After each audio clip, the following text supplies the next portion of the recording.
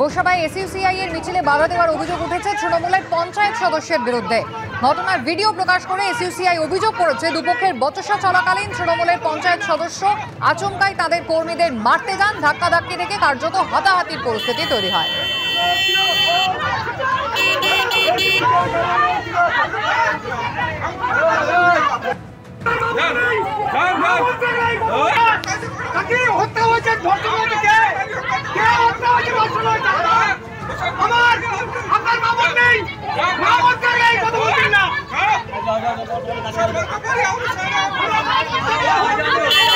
Train চলাচলের কি পরিস্থিতি, আদৌ কি কোনো প্রভাব পড়েছে? হাওড়া স্টেশনে আপনাদের নিয়ে যাব, সুনীত হালদার রয়েছেন আমাদের সঙ্গে। সুনীত, দেখো কুসুমিতা, আমরা এই মুহূর্তে দাঁড়িয়ে রয়েছি হাওড়া স্টেশনের বাইরে। যেটা হাওড়া স্টেশন সূত্রে খবর, হাওড়া স্টেশনের পূর্ব এবং দক্ষিণ পূর্ব দুটো শাখাতেই ট্রেন চলাচল স্বাভাবিক রয়েছে।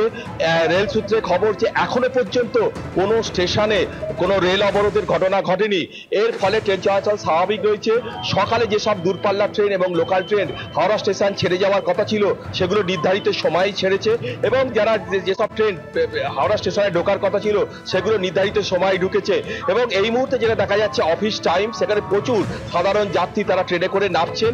নামার পর তারা হাওড়া স্টেশনের বাইরে এসে হাওড়া স্টেশন লাগোয়া যে বাস স্ট্যান্ড এবং যে ফেরিঘাট আছে সেখানে করে তারা কলকাতার নিজের কর্মস্থলে যাচ্ছেন। কিন্তু এখানে কিন্তু পুরোপুরি স্বাভাবিক রয়েছে বলে জানা গেছে এবং এখনো পর্যন্ত কোনো অপ্রীতিকর ঘটনা ঘটেনি। এর পাশাপাশি যে সাধারণ ধর্মঘটের পাশাপাশি এসইউসি ছাত্র সংগঠন এআইডিএসও যে ছাত্র ধর্মঘটের ডাক দিয়েছে, সেখানেও কিন্তু স্কুল কলেজ খোলা আছে এবং কলকারখানা হাওড়ার মধ্যে যেগুলো সেগুলো কিন্তু খোলা আছে, দোকানপাটও খোলা আছে।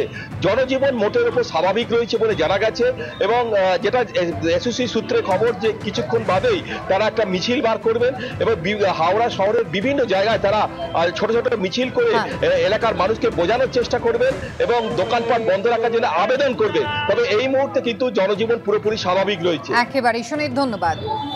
আর আমরা জানি যে একেবারে চিকিৎসককে নারকীয়ভাবে ধর্ষণ খুনের ঘটনার পর যে শান্তির সকলেই বার্তা দিতে চেয়েছিলেন, মোমবাতি মিছিল হয়েছিল গোটা রাজ্য জুড়ে, যখন সেই গণ আন্দোলন হচ্ছিল তারই মধ্যে আরজিকর মেডিকেল কলেজ হাসপাতালে 14ই অগস্ট মধ্যরাতে দুষ্কৃতী তাণ্ডবের ঘটনা, সেই ঘটনার প্রতিবাদেই আজ 12 ঘন্টার সাধারণ ধর্মঘটের ডাক দিল এসইউসি।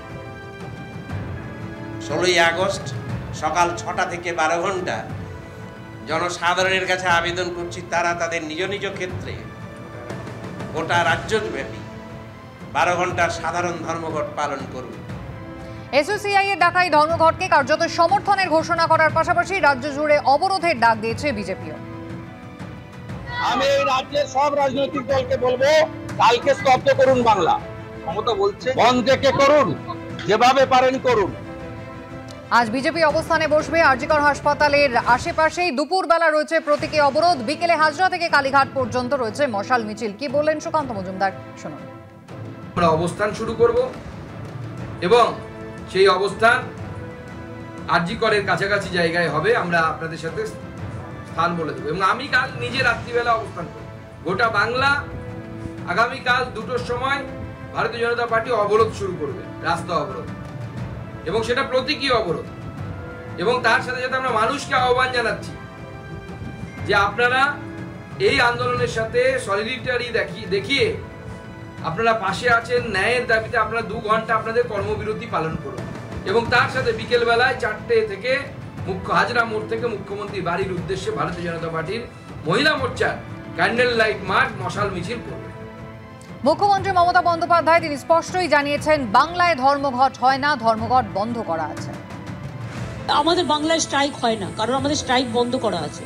যে স্ট্রাইকে জয়েন করবে সে নিজেরটা নিজে বুঝে নেবে, বাট আমি সবাইকে আবেদন করব সব খোলা রাখতে।